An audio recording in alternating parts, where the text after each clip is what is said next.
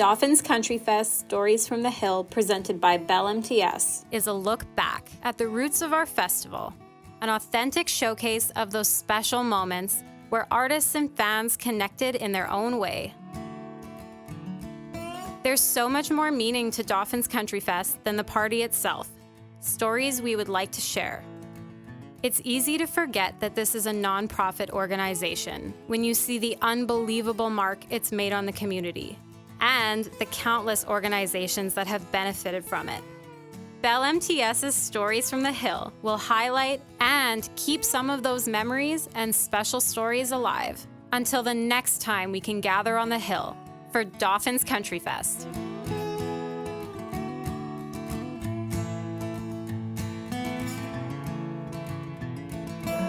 Well, let's start at the beginning. When was the first time you played Dauphin's Country Fest? I actually played Dauphin's Country Fest for the first time as part of a talent competition. Come on. With the load. Yeah, I don't even remember if I made it to the finals, but my husband and I had just started dating. So this would have been like 8 or 9 years ago. Okay. Yeah, and I was a part of the talent competition there, and I think I might have like made it to the finals or something like that, where you got to play on the main stage for a second, and that was the first time that I actually technically played it.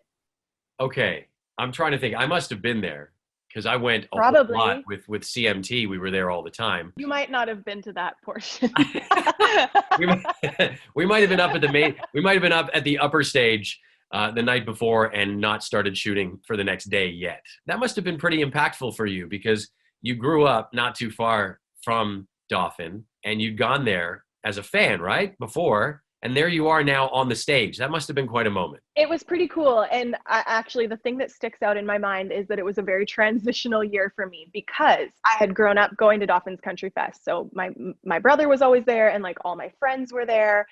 And that was no different this year. So everyone was pumped to go and watch me sing.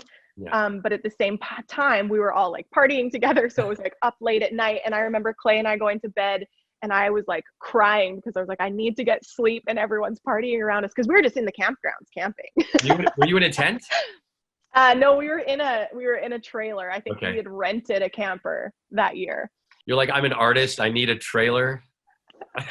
Yes, exactly. That's what it was. But yeah, I remember it being like super loud because everyone was partying and having the best time. 50% of me wanted to be out there doing that. Yeah. And the other 50% of me was like, okay, but this is a really big opportunity for me to play at one of my favorite festivals. I need to get some sleep and do a good job. What did you play? Do you remember what you performed? What songs you performed? I wish I did. I don't remember what I performed, but at that time, I feel like I was performing a lot of like Gretchen Wilson, like All Jacked Up or like Good for the Party. It was probably something like that. That's pretty good. That would have got the crowd going then. I think that was kind of my idea. Yeah. I knew what the vibe of Dauphin's Country Fest was, and I knew that, the goal is always to get people moving and to get them having fun. So I wanted a song to reflect that. How many times have you played Country Fest now? Do you know? Not including that time. I've probably played Country Fest 3 times maybe since I'm looking at Carmen in the background. She's nodding her head. Yeah. I think I've played Country Fest probably 3 times as an actual artist, not as a talent competition. It's a pretty unique venue. The amphitheater's obviously one that is unlike anything else out there. Yeah. The way that the seats go is very, very much like an indoor venue, but it's outdoors.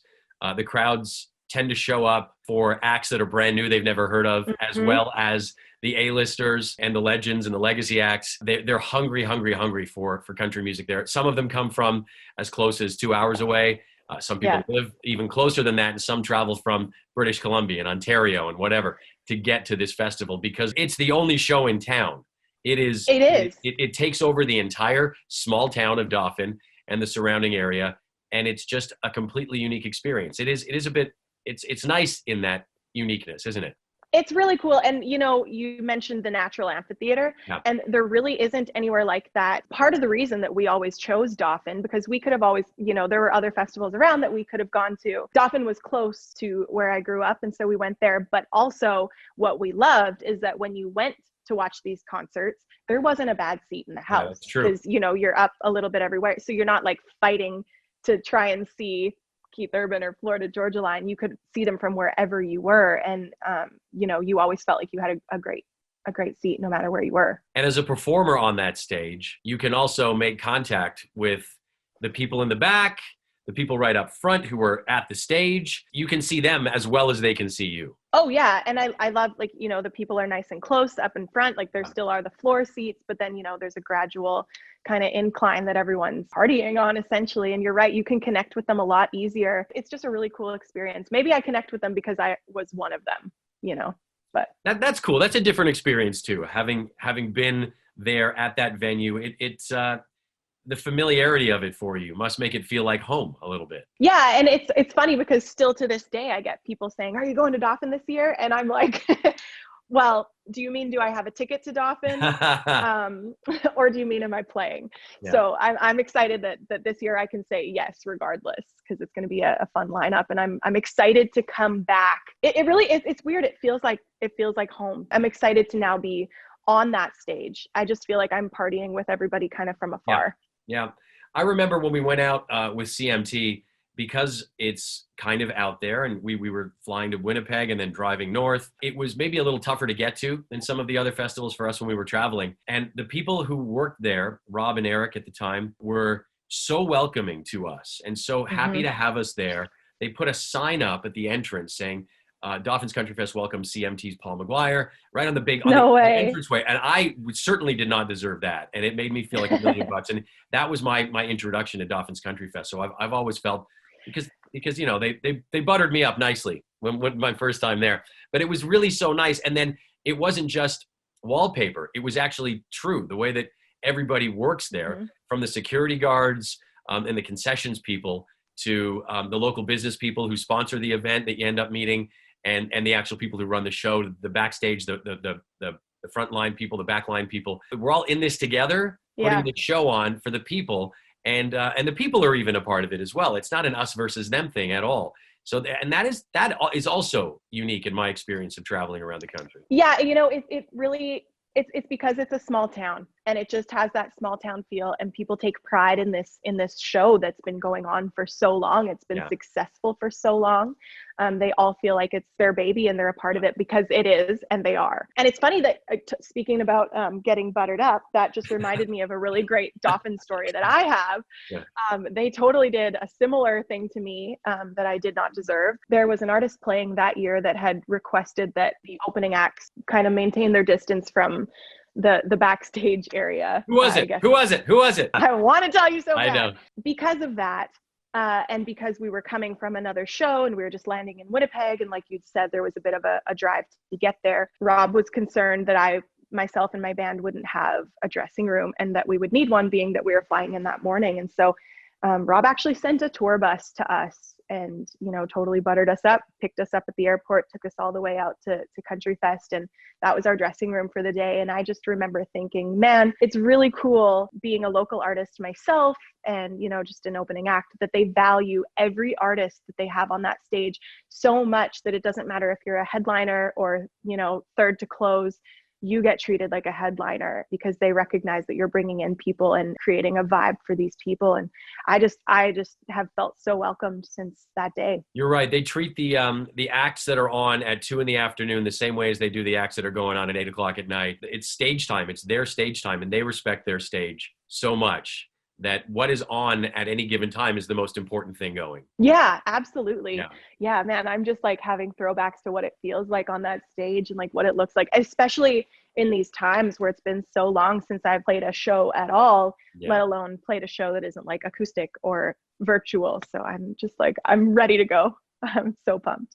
You know, another thing I remember about some of the earlier days was that people were really blown away if the folks who booked the acts were able to get an A-list country act, a Jason Aldean or somebody like that to come up. And as the years went on, the word about the festival got out, and it was no longer a shock to have A-list US acts fighting for position to get a chance to come and be in Dauphin, because they knew that they were just going to bolster their fan base. They knew the crowds were going to be amazing. Weather be damned, it was going to be a great show. They really did a great job, and the reputation just spread so that it was no longer kind of a surprise when, oh my God, act blank is playing Dauphin's Country Fest. Well, of course they are. Where else would they play? Yeah. And that changed dramatically over the years too. It's almost like, and I mean this as the highest compliment, people expect those A-listers out of Dauphin. Yeah. They know that they can expect, like I said, a Keith Urban or a Florida Georgia Line or a Chris Young or whoever. It's excitement, but it's not a surprise because they know that they can count on Dauphin to bring in the best of the best, which is also why I think that people are so excited for so many different ways that this year is an all Canadian lineup and they still have A-listers. I think that it's a really special year because of this. You know, Canadian artists have been hit pretty hard with, we don't get to play shows and now we get to play Dauphin and we all know it. We all love it. And we're all excited. And not only that, our fans are pumped. I haven't heard one person say, oh, that's weird that everyone's Canadian. I've just heard people say, man, I'm pumped that Dallas Smith is going to be there. Oh, the Dean Brody show is going to be so cool. I'm pumped Jess is back. So I think that it's pretty cool that they expect these A-listers and they still delivered this year. I'm so glad you went into that because that's exactly where I wanted you to go with that. That's absolutely what I meant and where I wanted to go with this, because that is how strong our industry is right now here in Canada. And you and I have obviously known each other a while, and I've been there since not since the beginning of your music career, but certainly since the beginning pretty close of your time on the radio in Canada and on television in Canada, record deals and all of that stuff. I've been there. It's just now looking at the lineup: Paul Brent, Johnny Reed, Dean Brody, Dallas Smith, Jess Moskaluke, James Barker Band, Washboard Union, the Rec Laws, top to bottom, familiar names that are on the radio all the time. Because the festival exists in and around Canada Day, there was usually an all Canadian day anyway. But now the industry is so deep north of the border. We put out a video a little while ago. I don't know if you had a chance to see it when the lineup, the all Canadian lineup was first announced. And I said, all due respect to our American Yes, I did see it. But we got this, and we got it. It's incredible. It's going to be 4 days of awesome Canadian music in and around Canada Day, celebrating Canada at a time when who knows what's going to be going on with that border. And right now, it's kind of okay that it's as sealed tight as it is. It's funny because, you know, all year we've been talking about Canada together and Canada united and we're in this together. And it really spoke volumes to me that that's what we're doing. It's like, we're in this together and we don't know what next year is going to bring, but we're going to deliver no matter what that means. So we're keeping it within Canada for 100 different reasons, keeping our Canadian artists busy. And, you know, like you said, we got this and we're going to put on a hell of a show. The other thing that's really cool about it being all Canadian artists this year is that we all know and love each other. We are all our coworkers and peers and friends and family. And so you don't know what's ever going to come out of that, because when I'm at a festival and I see that Dallas, for example, is a good friend of mine, when I see that Dallas is playing, I make sure I hang out and watch that show, whether it's side stage. You don't know what kind of collaborations are going to happen. You don't know who's going to show up on that stage. I think that the festival attendees might get this year that they won't get in other years. That's a great point. I'm getting a little choked up thinking about it, I'll be honest. I know. You know? Me too. I mean, I always get a bit choked up around Canada Day, especially, you know, I mean, just picture what it's going to be like when Dean sings Canadian Summer, when you sing, you know, who knows what's going to happen? Who knows what he might do with that song, right? When you get to go out on stage and perform your first #1 single, there are going to be these moments of national pride. It's funny you bring that up, because not to turn around and make this about me, but I haven't really got to perform my first #1 single yet. I haven't been able to have that festival experience. I was on tour with Gord and the gang, and we only got 2 shows in before we were pulled away, which means I've got to perform that as a #1 single twice. That's insane. That's insane. So I'm like, I want to know what people think, and I want to like celebrate that. You want to hear what it sounds like. You want to hear what it sounds like coming back to you. I wonder if you'll be able to make it through the song. We know me. Probably not. Are you kidding? There really will be, I think, a feeling of just such togetherness there. And I'm obviously projecting. We don't, you know, that's what I'm getting right now, because it's pretty tough. Obviously, life's been a bit challenging right now. People aren't, I find that when you're walking on the street right now, we're all kind of a little beat up right now, and people aren't making eye contact a lot of the times because you got a mask on. I think that's my neighbor Bill. I'm not 100% sure. I don't want to look like an idiot, so I'm not going to say hi. Fingers crossed, by the time we get to next summer, it's going to be a bit of a chance to exhale and come together again. And music is the best way to allow us to do that, I think. I think that you really hit the nail on the head, because a lot of times it feels like we're all either skeptical of one another, like, oh, there's Paul, he's my friend, but I don't know, if he's traveled in the last bit, I don't know who he's been in contact with. So yes, it's like, over the years, people have always said, I don't know where he's been. You've always said that. Which is kind of how I've always felt about you. More so now, Zoom only. Everyone's really isolating themselves, which is what we're supposed to be doing. But you're right, it's tense, and it's not, it's weird to go up to your friend that you haven't seen in months and say, can I hug you?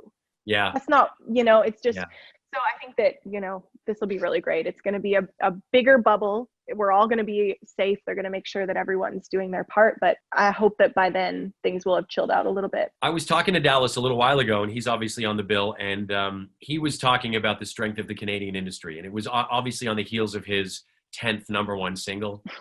Who's counting anymore? Right? I know. It's like everybody in the industry is like, yeah, way to go, Dallas. Everybody's like, I literally text him every time, and all I say is another one, nothing else. He's just like, thanks. Yeah, I know, right? Yeah, and that's kind of what I did when I found out that he was hosting the CCMA Awards last year. Yeah, I was like, congratulations. Yeah.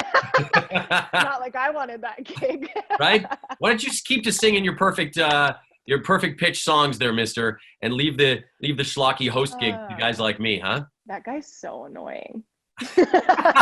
With all his success. With all his success and family and hard work and good looks and rock and roll tattoos. What else do you want to talk anyway, about? He's on the bill. Yay! I told him he can now do a set list with all #1 singles. Legit. Can you imagine going to just doing a quick 20 or something? No, it would be more. He would have more than 20 minutes. He'd have a 30-minute set with nothing but #1s. Yeah. It'd be longer. It'd be like 35 minutes, I think. Yeah. My set would be so short. You want to hear it again? 2 minutes and 30 seconds. Yeah. One of those things where the bands play the big hit song at the beginning and then at the end with the encore. There was a guy that did that when I was out on tour with Tyler Ward, in my YouTube days. Tyler had brought he used to do this thing called Tyler Ward's Featured Artist, which is where I started out. And he had one guy do this, but he only did one feature song. He only ever did one song. And he opened for us in Austin or something, or Houston. And he was like, okay, so here's the song that I did, blah, blah, blah. And he got 3 songs. So he played that song as his first song. Then he played a cover in the middle, and he goes, who wants to hear that song again? And we thought he was joking, and everyone laughed. And then he did. He played 2 of 3 songs were the same. Anyway. Hey, times are tough. I won't be doing that at Dauphin. Well, I mean, you've got nothing but, we talked about this when Country Girls went #1. The fact that everybody was so surprised. They're like, what? This Cheap Wine and Cigarettes wasn't a #1 hit? I thought Drive Me. I thought those were #1 hits already. They weren't. Top 5, top 10 for sure. Everybody knows every word to them because they got tons of radio play just for whatever reason. And then 17 singles in, you hit #1. Yeah, I'm super excited to come back to Dauphin. Like I said, it really does feel like home. And I know that I'm personally going to have tons of family and friends there. So especially with it being an all-Canadian lineup this year, I'm so excited to hopefully be able to give everyone a hug and just be able to play these songs again. And I'm excited and honored to be one of the people that gets to perform for everybody that hasn't been able to see shows for so long. So thanks to Dauphin's Country Fest for having me out. I cannot wait to see you guys. I hope I get to see you before that, Jess, but if I don't, we'll raise a glass then. Can't wait. We'll see you then.